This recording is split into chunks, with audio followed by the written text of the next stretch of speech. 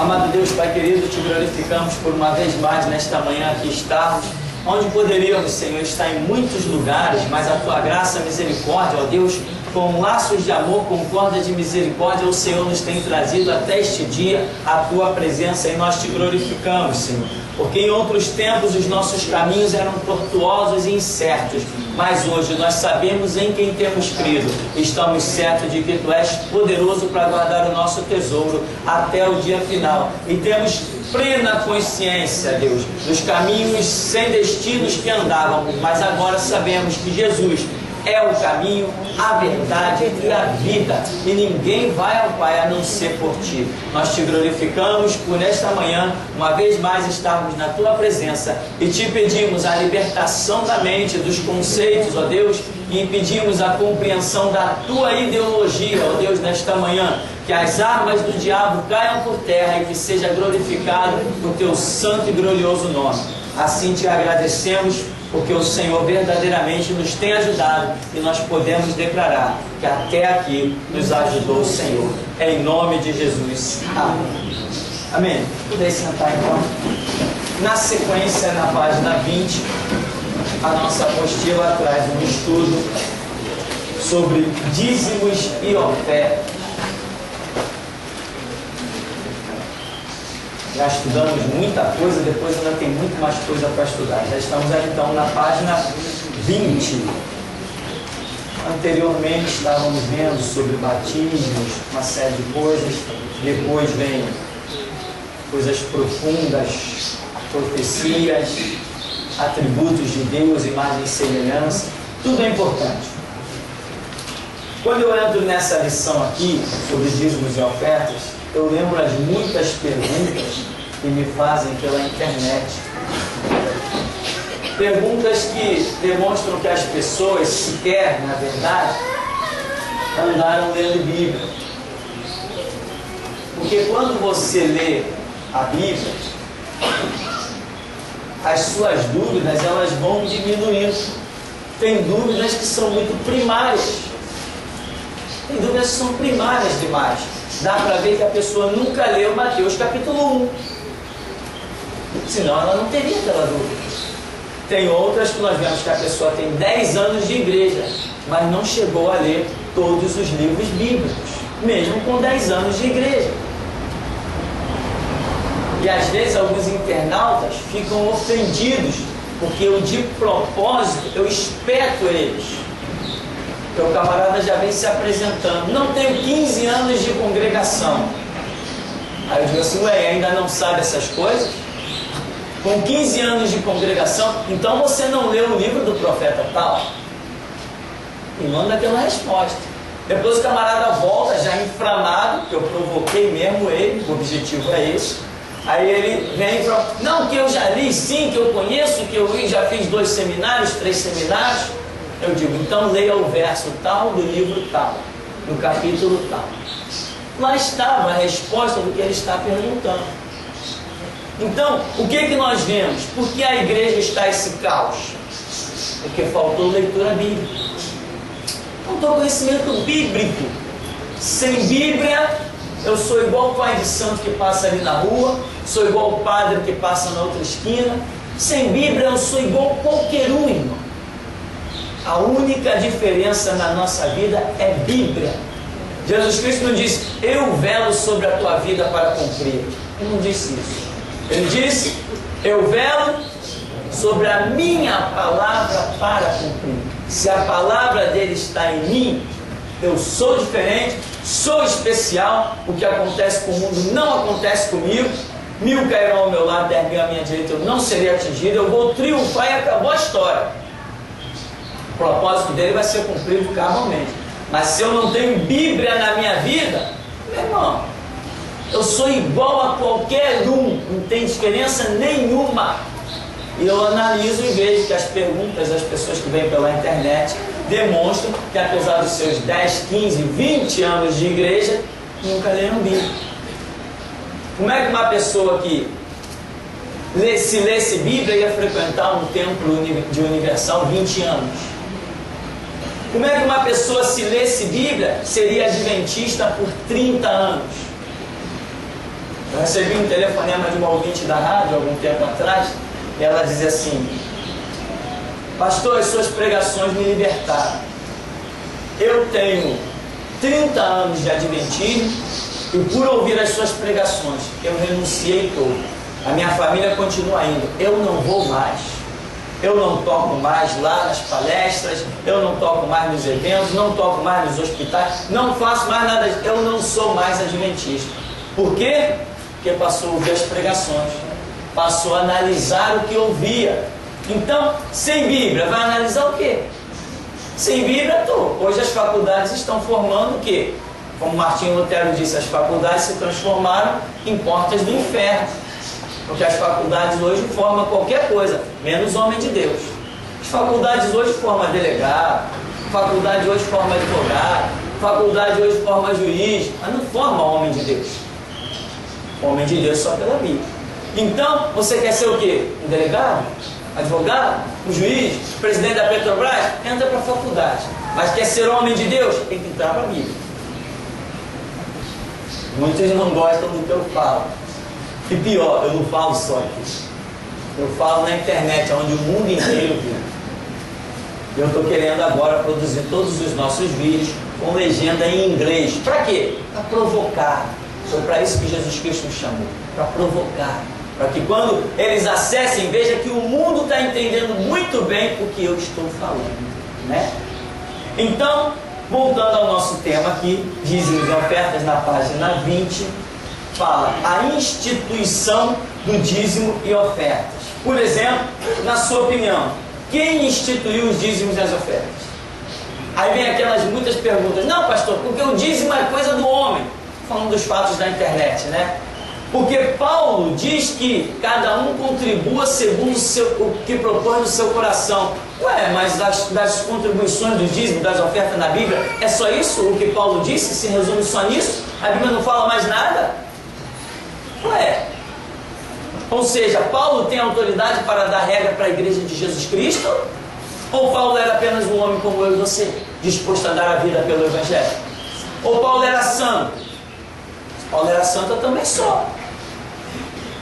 Paulo expulsou demônio, curou enfermo, etc, etc. Todos nós temos feito isso todo dia. Paulo estava disposto a dar a vida pelo Evangelho? Nós também estamos.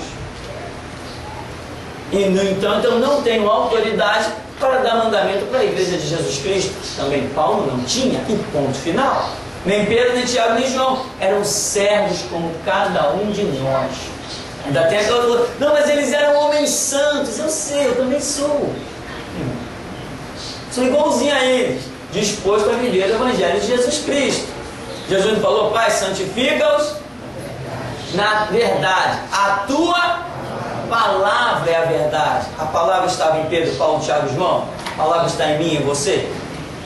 Então somos iguais.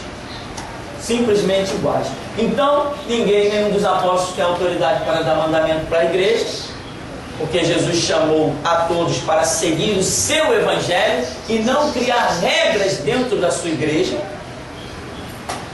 Paulo não pode criar regras dentro da igreja. Nem Pedro, nem Tiago, nem João. A regra já estava instituída. Jesus falou, está consumado. Pai, nas tuas mãos entrego o meu espírito. Já estava pronto, já estava tudo terminado. Quando Jesus diz assim, ide por todo mundo e pregai o Evangelho. Cadê Paulo? Paulo nem tinha se convertido. Como é que depois Paulo vem se converter e vem dar regra para a igreja? Ele tinha que, como todo homem, seguir as regras que Jesus Cristo deixou para a sua igreja. Então, mas pastor, o dízimo é coisa de homem. Paulo disse, contribua segundo o seu coração. Eu não acho na Bíblia nenhum mandamento a respeito do dízimo. Está faltando leitura bíblica. Vamos analisar uma coisa, irmãos, friamente.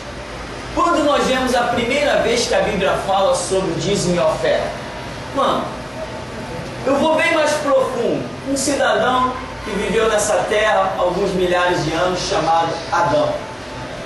Depois ele tem descendentes, um se chamava Abel e outro Caim. Nós vemos já desde o princípio a questão de apresentar tributo a Deus instituída. Vemos. Por quê?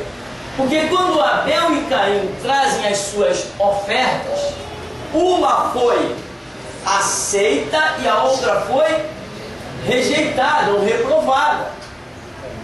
Opa, se existe o conceito de aceitação e de reprovação, então é necessário que exista uma regra.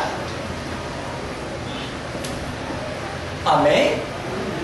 Bom, como é que Deus vai rejeitar uma oferta se Ele não tivesse instituído uma regra para isso? Amém? Isso é uma... Veja bem, você entendeu? Mas não pense que por aí estão entendendo como você está entendendo aqui. Você está sentindo que existe uma unção sobre a sua cabeça? Essa ação de Deus se chama libertação da mente. E essa libertação da mente, que é algo que Deus deu a esse ministério, é que te faz compreender essas coisas com tanta facilidade. Diferente do que está acontecendo por aí, que as pessoas estão de Bíblia na mão, morrendo, sem unção, sem graça, sem autoridade, caindo de enfermidade como qualquer um cai. Epa, a igreja de Jesus Cristo não cai de enfermidade como qualquer um cai. Onde está o título de Jeová Rafa, o Senhor que cura? Jogou na lata do lixo? Ou Deus já não é mais o mesmo ontem, hoje, será eternamente? Pode vir o câncer que eu estou pronto para ele. Pode vir a H1N1 que eu estou pronto para ela. Pode vir as balas perdidas que eu estou aqui mesmo para mostrar que Jesus Cristo é o Senhor. Afinal de contas, Ele não disse: eu edifico a minha igreja contra as portas do inferno, e as portas do inferno não prevalecem contra a minha igreja. Ora, o que sucede ao mundo não sucede a mim, eu sou igreja. Um sacerdote pode ser abatido da mesma maneira que qualquer um? Não. E quem é sacerdote? A Bíblia diz que Jesus Cristo, com o seu sangue, nos comprou e nos fez reis e sacerdote. Você foi comprado com sangue? Então, meu irmão, toma posse da tua vitória. Tenha postura, tenha fé e vai em frente. Então, Abel traz uma oferta e Deus atentou para a oferta de Abel. Mas quando Caim vem com a sua oferta, Deus rejeita. Então, para que haja uma aceitação e uma reprovação mediante uma oferta, é necessário que houvesse regras. Se não existissem regras, Deus era obrigado a aceitar qualquer oferta. Está aqui a minha oferta, não tem regra? Está aqui a minha também, ó. Eu trouxe isso, eu trouxe um pirulito, eu trouxe uma bala, eu trouxe uma rapadura, eu trouxe... Está aqui, é a minha oferta. Não tem regra? Agora, se houve reprovação da oferta de Caim, significa que existia uma regra pré-determinada que já havia sido revelada a Adão, automaticamente passada aos seus descendentes, porque Deus não pode rejeitar uma pessoa que caminha em inocência. Por isso a Bíblia diz que ninguém chegará inocente perante o nosso Deus. Então, tinha que haver regras. Nós vemos um pouquinho mais adiante, aquele que lutou com o anjo, e aquele anjo parece que não era apenas um anjo. Como era o nome dele? Jacó, que atravessou o vale de Jabó e viu o anjo do Senhor e disse: não te deixarei enquanto não me abençoares. Opa, se ele entendeu que aquele tinha poder para abençoar, não era um anjo comum. Que anjos comuns não têm poder para abençoar. O que é abençoar? O termo abençoar significa dar uma palavra de bênção, uma palavra de aliança, de compromisso. Se ele não te deixarei enquanto não me abençoares, então ele viu que aquele anjo não era apenas um anjo, era o anjo do Senhor naquela forma pré-encarnada de Jesus no Antigo Testamento, uma matéria que a gente chama de teofania, as aparições de Jesus Cristo no Antigo Testamento, antes que o Verbo se fizesse carne e habitasse entre nós, depois de ter nascido por Maria, Virgem Maria. Então, Jacó, dá uma olhada, luta com aquele anjo, tem esse episódio. Mas Jacó, quando saiu da sua terra, fugido de seu irmão Esaú, lembra? Jacó diz algo para Deus. Ele diz assim, ó: se tu me fizeres retornar em paz à minha terra, quando ele está fugindo, do seu irmão Esaú. Que Esaú ficou furioso por causa do negócio da bênção, da primogenitura, aquela história, o prato de lentilha. Depois Raquel vai e veste Jacó com peles de cabra para enganar o seu pai, aquela história toda. Esaú, quando chega do campo furioso, promete matar Jacó. Aí a sua mãe diz assim, ó, foge para a casa dos teus parentes. Ele vai lá para Labão encontrar Rebeca, né? Rebeca? Raquel. Como se chamava a mãe de Jacó? Rebeca, isso mesmo, eu inverti aí, é isso aí. Entendeu, né? Então, vamos lá. Ele diz, se o Senhor me fizer retornar em paz, etc., se o Senhor for comigo, de tudo quanto eu conquistar, de tudo que eu alcançar, certamente te darei o dízimo. Ora, por que Jacó, estamos falando lá no comecinho de Gênesis, né? Por que Jacó diz para Deus, eu te darei o dízimo, se não existisse nenhum dízimo instituído? Se Deus nunca tivesse cobrado do ser humano que comparecesse perante o seu altar para lhe entregar alguma coisa. Estamos falando de tempo que provavelmente nem dinheiro não existia. As pessoas ofertavam naquela época era o quê? Eram os pães de cevada, eram as cabras, eram as vacas, era do que tinha, do que a terra produzia, do coentro, do hortelã, não era isso? Era o que a terra produzia, que as pessoas cultivavam, era isso que era levado para a casa de Deus, onde os sacerdotes, os levitas se utilizavam disso e através dessas ofertas mantinham toda a organização do templo, que era templo para abrigar muita gente. Tinha que haver um serviço muito grande, chegava a trabalhar mais de 1000 pessoas em um santuário, que era muita coisa a ser vista, tinha muita regra, tinha que vigiar, gentio não podia entrar, coxo não podia entrar, era um monte de regras que muitas delas talvez a gente nem entenda exatamente. Então Jacó faz menção do dízimo. Aí ainda vamos dar um pulo bem lá para frente, o profeta Malaquias. O profeta Malaquias diz assim, Malaquias 3:10, né? A partir do verso 7 começa a falar, mas lá no verso 10 parece que ele diz, trazei todos os dízimos à casa do tesouro, para que haja mantimento na minha casa. E então, provai-me nisto, se eu não vos abrir a janela do céu, e derramar uma bênção tal, que dela vos advenha maior abastança. Então, está havendo uma promessa de bênção vinculada à oferta do dízimo. Só que antes, o profeta começa dizendo assim, roubará o homem a Deus? Mas, todavia, vós me roubais, e dizeis, em que te roubamos? Aí o profeta diz assim, nos dízimos e nas ofertas alçadas. Ora, Deus está dizendo que estão roubando. Quem rouba é ladrão. E Deus está dizendo assim, vós me roubais, vós toda a nação.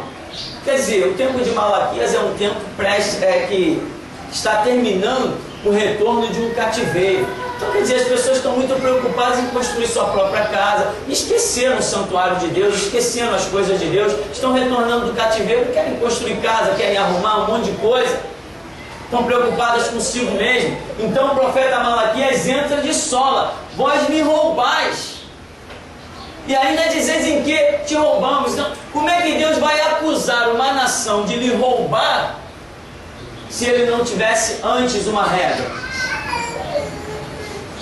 Como é que o profeta vai se levantar? Olha, vocês são ladrão, vocês estão roubando a Deus. O povo ia dizer assim, roubando de quê? De que nós estamos roubando? Era necessário que existisse previamente uma regra. Se não existisse uma regra em algum canto, em algum lugar, algum conceito, não poderia jamais Deus usar um profeta e acusar uma nação inocente. Não teria sentido. Não faz parte do estilo, do caráter de Deus. Então, se lá em Malaquias Deus está dizendo, vocês estão me roubando, automaticamente vocês são os ladrões das minhas coisas, Isto significa que era necessário a existência de uma regra pré-existente, senão não podia acusar a nação. Então você vê que o conceito é muito antigo. Agora, estamos falando de Antigo Testamento. Aí vem as cartinhas. Mas pastor, o dízimo é coisa do Antigo Testamento. Aí eu digo assim, vem cá, você guarda o sábado? Não, pastor, eu não sou adventista. Ué, por que você não guarda o sábado? Se lá nos 10 mandamentos está dizendo, guardarás o sábado do Senhor teu Deus, por que você não guarda o sábado? As pessoas não sabem responder. Eu respondo por elas. Você não guarda o sábado porque você entendeu que do Antigo Testamento para o Novo Testamento, a pessoa do Senhor Jesus criou novas regras. Jesus vem e diz, o homem não foi feito para o sábado, mas o sábado para o homem. Ora, se vocês tiverem um boi e ele cair numa cova no dia de sábado, quem não vai pegar ele lá? Né? Ou seja, o povo estava usando uma ideologia contrária ao que Deus realmente queria. O sábado era para dar um descanso ao povo e não para dar uma opressão. Jesus vem e trabalha no sábado e permite aos seus discípulos trabalharem no sábado. Jesus vem e cura no sábado. Lembra quantas curas Jesus fez no sábado? Até aquele homem que estava há 38 anos na borda daquele poço foi curado. Aquela mulher que 18 anos, parece, diz a Escritura, estava encurvada. Jesus diz, olha, não convinha mesmo no dia de sábado libertar esta filha de Abraão. Então Jesus demonstrou que a regra do sábado estava quebrada, anulada. E ele diz, a um discípulo cabe ser igual ao seu Senhor. Então, opa, se Jesus fez no sábado, se Jesus não respeitou o sábado, eu como discípulo de Cristo estou livre dele. Ou não estou? Eu sou discípulo do judaísmo ou do cristianismo? O cristianismo não guarda o sábado, meu Jesus não guardou. Então a questão começa a ficar encerrada. Aí eu digo assim para a pessoa, agora você vê que Jesus quebrou o sábado, agora me mostra onde Jesus quebrou o dízimo. Porque nós temos que entender quando há uma transição do Antigo para o Novo Testamento, quando as coisas permanecem e quando elas são anuladas e não vão mais fazer parte da nova aliança. Porque aqui nós temos uma antiga aliança e aqui nós temos uma nova aliança. Então, da antiga para a nova aliança, algumas coisas passaram. Claro que passaram. Não cobiçarás a mulher do teu próximo, não cobiçarás a casa do teu próximo, não cobiçarás coisa alguma do teu próximo. Isso está escrito na antiga ou na nova aliança? Na antiga. Você pode transgredir isso? Porque você percebe que este conceito da antiga aliança, ele ultrapassa e vai para a nova aliança. Assim como estava escrito que não podia cobiçar, não podia dar falso testemunho, né? Não podia mentir, na antiga aliança, você percebe que a ideologia de Cristo sustenta isso na nova aliança. Agora, o sábado não é sustentado na nova aliança. Agora, e os dízimos e as ofertas? Jesus diz que lá no momento de oferta, ele viu uma viúva, e a Bíblia ainda diz que era uma viúva pobre. E provavelmente existia alguma viúva rica, né? Viúva pobre. Aí diz que ela pegou 2 moedinhas, nem lembro se essas moedas eram de prata, se a Bíblia especifica, 2 moedinhas e colocou lá no local da oferta. E os historiadores colocam como a multidão resmungando. Ah, mas essa mulher não pode dar mais não? Aí Jesus salta no meio da multidão e diz assim, ela deu mais. E mostra que tinha conhecimento da revelação de que aquela mulher havia dado do seu sustento. Então o que na vista de muitos era pouco, para ela era o melhor dela, era o muito. Porque ela não sabia o que ia comer no dia seguinte. Os outros não estavam dando com prazer e alegria? Pode ser, mas era do que sobrava. E nem uma vez uma pessoa disse assim: não, eu vou na igreja, eu dou a mesma oferta, não vai me fazer falta mesmo. Está errado, não é esse o conceito. Se existe uma regra de Deus, mesmo que vá te fazer falta, você é obrigado a meter a mão no bolso e dar. O amanhã.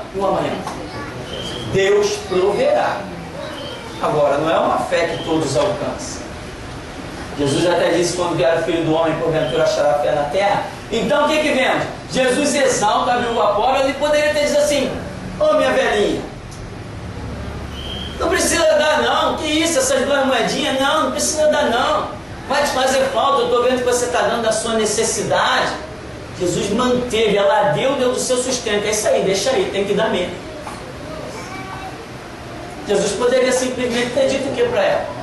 Não precisa dar, não, ela está dando do que não podia. Jesus tinha 1000 argumentos ali para neutralizar a ação da oferta, e no entanto ele sustentou que mesmo com dificuldades, mesmo dando do seu próprio sustento, tinha que dar. É isso que eu entendo. Agora, cada um anda na fé que alcançou. Se alguém entende diferente, faça diferente. O melhor é sempre, primeiro, orar. Amém? Nós podemos ter muitas dúvidas, mas depois de uma oração, só temos certeza e convicção. Então, esse conceito de o dízimo subsistir ainda no tempo do cristianismo, para mim é claro. Eu não vejo Jesus neutralizando este mandamento. Eu vejo em muitas passagens da Escritura dando continuidade. Por exemplo, nós vemos biblicamente que havia um tesoureiro, vamos assim dizer, no ministério de Jesus. Quem era ele? Judas, a respeito de quem o apóstolo João escreve, dizendo que ele era um ladrão que roubava as ofertas depositadas no ministério de Jesus. Jesus era sustentado por um ministério que lhe trazia ofertas. E a Bíblia enfatiza, inclusive, que os principais ofertantes do ministério de Jesus eram quem? Mulheres. Mas nunca faltou nada. Todas as vezes que Jesus dizia assim: olha, é a Páscoa, vai até a cidade comprar pão. Olha, vamos comprar pão. Vamos em tal lugar. Os discípulos lá naquele poço, né, na Samaritana. Ó, vai até a cidade comprar pão. Sempre tinha dinheiro. E teve um momento que não tinha. Quando não tinha, o que Jesus falou? Assentai cada um aí de 50 50. Pai, graças te dou. E aí sobrou mais do que nunca. Amém? Então, o ministério de Jesus, ou ele é suprido por recursos naturais, ou pelos espirituais. Mas se Jesus está no negócio, uma coisa é certa: falta não terá. Essa passagem do dízimo no Novo Testamento, ela é bem ratificada por Jesus, a importância do dízimo. Quando ele fala aqui em Mateus 23, censurando os escribas e fariseus, ele coloca o dízimo como importante. E mais importante seria eles exercerem essa atitude de dizimar a hortelã, o endro e o cominho. O mais importante do que isso seria eles exercerem misericórdia, fé e justiça. Aí no finalzinho ele diz aqui: devias, porém, fazer estas coisas. Sem omitir. Devias, porém, fazer essas coisas. Que coisas? Dizimar a hortelã, o endro e o cominho, sem omitir aquela. Sem omitir aquela. Mateus 23 tira qualquer dúvida de que Jesus tenha cancelado isso. Muito pelo contrário, ele disse: olha, é importante. Agora, não omite isso aqui não. Vocês devem fazer as duas coisas juntas. Sim. Senão, uma vai anular a outra. A ausência de uma anula a outra. Sim. Essa passagem é brilhante, graças a Deus, ilustra bastante, porque tem um conceito aí. Jesus confirma realmente que eles tinham que dizimar, né? No caso aí, está falando do coentro, do cominho, da hortelã, daquilo que se produzia da terra, que eles tinham a posse. Eles tinham sim que dizimar, mas não tinham que usar isto como motivo de soberba e esquecer outras coisas que Jesus, na verdade, considera até mais importante: a fé, né? A humildade, Esses conceitos são mencionados aí que me foge à memória exatamente na passagem bíblica. Então, Jesus diz assim: devias fazer isso sim, dizimar, mas não omitir as outras atitudes, que são justamente atitudes com relação ao seu semelhante. E para com Deus também, né? Por exemplo, a fé. A fé, você tem uma fé para com Deus, mas essa fé, como tem até um hino assim, né? Que diz: quem procura a Deus, acha o seu irmão, né? Quer fazer bem a Deus? Como você vai fazer um bem a Deus? O objetivo de Deus é fazer bem às pessoas, é salvar as pessoas. Então, quem quer fazer bem a Deus tem que cumprir os propósitos de Deus. Bom, então, apesar de todas essas passagens bíblicas que aí estão na Escritura, nós ainda encontramos pessoas que questionam muito e, por fim, o que nós vemos, o que nós detectamos realmente na vida das pessoas é que elas não querem dizimar. É isso que não querem. Não querem dizimar. Uns não querem dizimar com o seguinte argumento: não, eu ganho pouco. Então, se eu der, vai me faltar. Ele não tem fé. Ele ganha pouco e cada ano que passar ele vai ganhar menos ainda. Porque a bênção que diz: abrirei a janela do céu e derramarei a bênção sobre a vossa vida, não vai se cumprir. Bom, pelo menos é isso que eu entendo na Bíblia. Agora outros dizem assim: não, eu ganho muito. Que isso? Eu tirar do meu salário, eu ganho 10 mil reais comigo, eu vou tirar R$1.000 do meu salário? Outros vão mais além, para dar para o pastor. Tadinho. Então, uns não dizimam porque ganha pouco, acha que vai faltar. Outros não dizimam porque ganha muito. Você já conheceu alguém que não dizimava porque ganhava muito? Eu conheci alguns, era engraçado. Funcionários da Petrobras dizimavam porque ganhava muito. Que isso? Não, vou tirar, na época, R$500 do meu salário? Que isso? Não. E a mulher ainda incentivava: não, é muito dinheiro, não tira não. Resultado: foram pessoas que durante a sua vida apenas viveram bens materiais muito abundantes, mas tinha que ter um bom plano de saúde, porque era o tempo todo em médico. Toda hora quebrou o liquidificador, quebrou a geladeira, quebrou o carro. Não, eu não aguento mais esse carro. Toda semana eu estou com ele na oficina. É aquele conceito de devorador que a gente chama, né? Só o dízimo repreende aquela praga. Então, meu irmão, uns não dizimam porque ganham pouco, outros não dizimam porque ganham muito. Cara, eu vou dar esse dinheiro todo? Não, não, eu com esse dinheiro aqui eu posso fazer. Não pode fazer nada. Se fizer alguma coisa, você vai ser enquadrado como ladrão. Lugar de ladrão é na cadeia. Não naquela que eu estive. Na cadeia das prisões espirituais.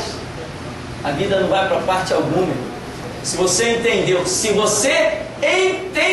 porque o seu culto tem que ser racional. Se você entendeu que a Bíblia está requerendo de você, que o Espírito está requerendo de você, abre a mão, meu irmão, porque é dando se recebe. Mais bem-aventurada a coisa é dar do que receber. Quanto a essas pessoas que ganham muito e têm um dízimo alto, um dízimo gordo, como costumam dizer,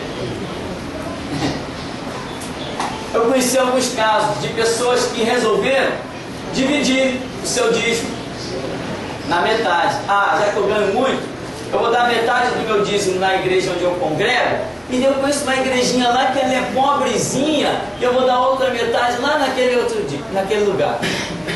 Conheci uma pessoa, uma família, que dividia o seu dízimo em 3 partes. Né? Era 1, era 2, era 3. E mandava, falou assim diretamente para mim: não, pastor, eu tenho dividido o meu dízimo, mas agora eu conheci aqui o ministério, eu quero dar uma parte do meu dízimo aqui, dizer que quero dar a parte do meu dízimo aqui, a outra parte eu sempre dei numa igrejinha tal, que é pobrezinha, lá não sei da onde, e a outra parte numa outra igreja tal. Falei assim: tá, e quem te deu a autoridade para administrar o teu dízimo? Quem te deu essa autoridade? Se a Bíblia diz que o dízimo tem que ser entregue na casa do Senhor e só o sacerdote tem autoridade para mexer nisso. Quem te deu autoridade de mexer no dízimo?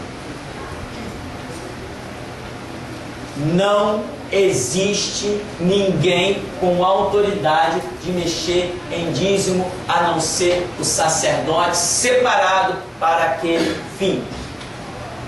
Então a gente, ganhei 1.000, computador tal, 10%, piriri parará, isso aqui não é meu. Dízimo não me pertence. Sabe o que é não me pertence? É intocável. Estou com fome, mas tem o dízimo aqui. Não, vai continuar com fome, o dízimo não é seu. Isto é o que eu entendo pela Escritura. Se você tiver fé para entregar o dízimo, vai comer do melhor. Se não tiver fé para entregar o dízimo, vai comer só o que o dízimo pode comprar. Então, não ouses administrar aquilo que não é seu. O dízimo é seu? Como você vai administrar?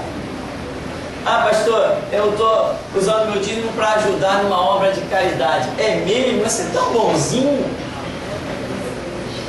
Pastor, as pessoas entendem muito a ideologia de que o dízimo está relacionado só a 10%. Mas na parábola da viúva pobre, ela só não se limita a esse 10%, mas chega até mesmo a ofertar muito mais que isso. Admirado pela... Positivo, uma observação brilhante. Uma observação brilhante que eu particularmente pratiquei muito isso na minha vida. Quando eu trabalhava, tinha minha carteira assinada, final de mês eu recebia lá o meu salário. Eu pratiquei muito isso. Eu não me limitava àquele dízimo. Entende? Agora, tem pessoas que se limitam, cada um é com Deus. A Bíblia tem uma regra, dízimo. Tá, você cumpriu o dízimo? Tá bom, eu entendo que você está dentro da regra. Agora, Deus vai agir contigo na regra. Se você ultrapassar a regra, pode ser que Deus se agrade mais ainda de você. Pode ser, amém? Porque não é normalmente assim. Imagina, você está passando com o seu carrão lá, ar-condicionado, vidro elétrico, trava elétrica, né? Direção hidráulica lá no sinal, vem uma criança, ei moço, me dá R$1. Você dá R$1 para aquela criança, ela sai feliz com R$1. Se você puxar R$5 e dar para ela? Uma vez eu estava num sinal, lá em frente ao shopping Nova América, eu ia passando. Irmão, tinha um carrão do lado. Carrão. Um senhor negro dirigindo. Daqui a pouco veio um menininho correndo no sinal, foi naquele carrão. Aí chegou assim, moço, dá 10 centavos aí. O senhor sacou, só vi quando ele puxou R$10 e deu na mão do menino. Meu irmão, aquele menino fez uma festa. Uma festa. Que o sinal abriu, eu esqueci de ir embora. Que festa que aquele menino fez. Aí foi lá no meio dos outros colegas, mostrou a nota, olha aqui está aquela festa. A rua, tinha um monte ali pedindo, foi uma mobilização geral. Talvez fosse mais ou menos isso. Jesus disse assim, ó, me dá o teu dízimo aí. Aí você, está aqui o meu dízimo, Senhor. Beleza, está cumprida a missão. Mas se você disser, não, Senhor, não é do meu dízimo, eu tenho condição para dar um pouco mais, eu vou fazer algo mais. Não é necessariamente que você vai pegar dinheiro, né, mais dinheiro e juntar ao seu dízimo para entregar no gasofilácio da igreja, na caixa de oferta da igreja. Não é necessariamente isso não. Não. Mas se você entregou o seu dízimo, esse você não pode tocar. Mas você sabe que há um excedente na sua vida, você tem um emprego abençoado, que Deus está na tua vida, que te faz prosperar. Você tem condição de usar um pouco desse teu recurso familiar, de repente, para ajudar outros setores, outras pessoas.